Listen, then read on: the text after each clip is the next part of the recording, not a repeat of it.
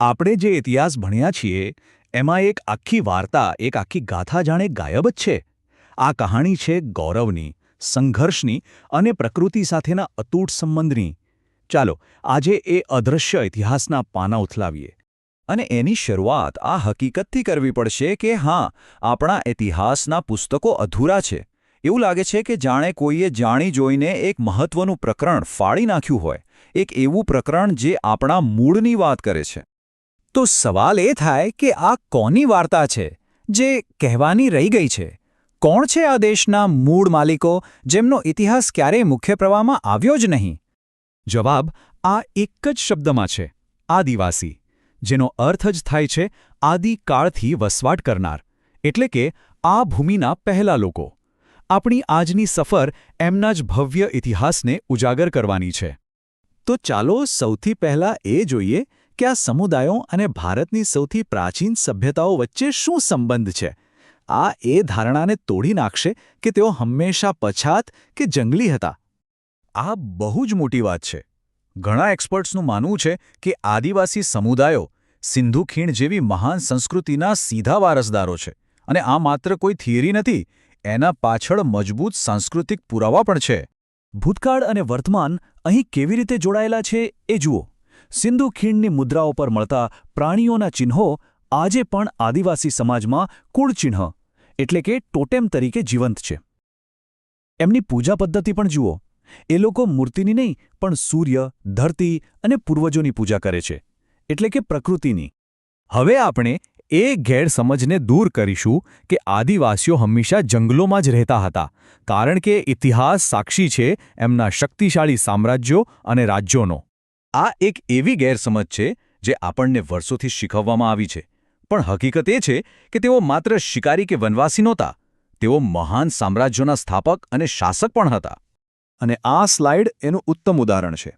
એક તરફ ગોંડવાનાનું શક્તિશાળી રાજ્ય, જ્યાં રાણી દુર્ગાવતી જેવી વીરાંગનાએ એક પ્રગતિશીલ વહીવટ ચલાવ્યો, તો બીજી તરફ ભીલ રાજાઓ, જે રાજસ્થાન અને ગુજરાતના કેટલાય રાજ્યોના સ્થાપક હતા. ઉદયપુરના રાજચિહ્નમાં આજે પણ એક તરફ રાજપૂત રાજા અને બીજી તરફ ભીલ રાણાનું ચિત્ર છે, જે તેમના સન્માન અને ભાગીદારીનું પ્રતીક છે. અને હવે આપણે આવીએ છીએ આ ચર્ચાના સૌથી મહત્વના હિસ્સા પર, એ હકીકત જે ભારતની આઝાદીની લડતના ઇતિહાસને એક નવો જ દૃષ્ટિકોણ આપે છે.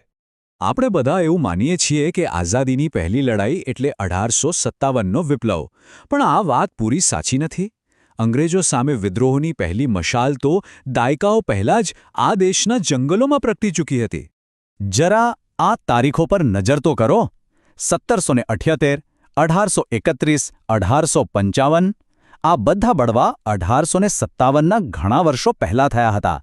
પહાડિયા વિદ્રોહ, કોલ વિદ્રોહ, સંથાલ હુલ, તિલકા માંઝી, બુદ્ધ ભગત અને સિદ્ધુ કાન્હુ મુર્મુ જેવા નાયકોએ અંગ્રેજ શાસનના પાયા હચમચાવી દીધા હતા. અને આ ટાઈમલાઈન તો ઇતિહાસની એક બહુ મોટી ભૂલને સામે લાવે છે.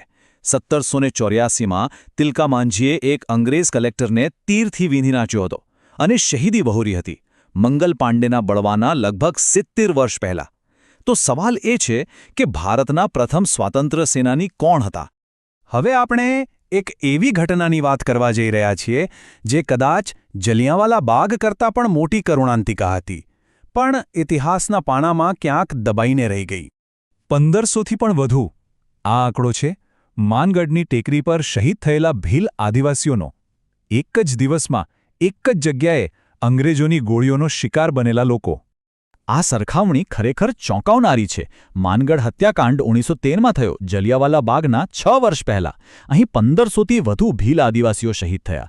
છતાં જલિયાંવાલા બાગ આપણી રાષ્ટ્રીય સ્મૃતિનો હિસ્સો છે, જ્યારે માનગઢની ગાથા દાયકાઓ સુધી અંધારામાં રહી. આવું કેમ? આ સવાલ આપણે સૌએ પોતાની જાતને પૂછવો જોઈએ. પણ આદિવાસી ઇતિહાસ માત્ર સંઘર્ષ અને બલિદાનનો નથી. એ આપણને જીવન જીવવાની એક અનોખી ફિલોસોફી પણ શીખવે છે. ચાલો હવે એમના એ વારસા પર નજર કરીએ જે આજના વિશ્વ માટે ખૂબ જ જરૂરી છે. આજના સમય માટે આ મૂલ્યો કેટલા મહત્વના છે એ જુઓ. પહેલું, સામૂહિકતા, જ્યાં મારું નહીં પણ આપણું વિચારાય છે. બીજું, લિંગ સમાનતા, જ્યાં સ્ત્રીઓને દહેજ જેવી પ્રથાઓ વગર સન્માન અને આઝાદી મળે છે. અને સૌથી અગત્યનું, પર્યાવરણ પ્રત્યેનો દૃષ્ટિકોણ, કે આપણે પ્રકૃતિના માલિક નથી, માત્ર તેના રખેવાળ છીએ. પણ અફસોસની વાત એ છે કે આ વાર્તા ભૂતકાળમાં પૂરી નથી થતી. આજે પણ વિકાસના નામે ખાણકામ અને ડેમ જેવી યોજનાઓ માટે લાખો આદિવાસીઓને એમની જમીનમાંથી હટાવવામાં આવી રહ્યા છે. પોતાની સંસ્કૃતિ અને અસ્તિત્વને બચાવવાનો એમનો સંઘર્ષ આજે પણ ચાલુ છે. અને અંતે આ એક વાક્ય આખી વાતનો સાર કહી દે છે.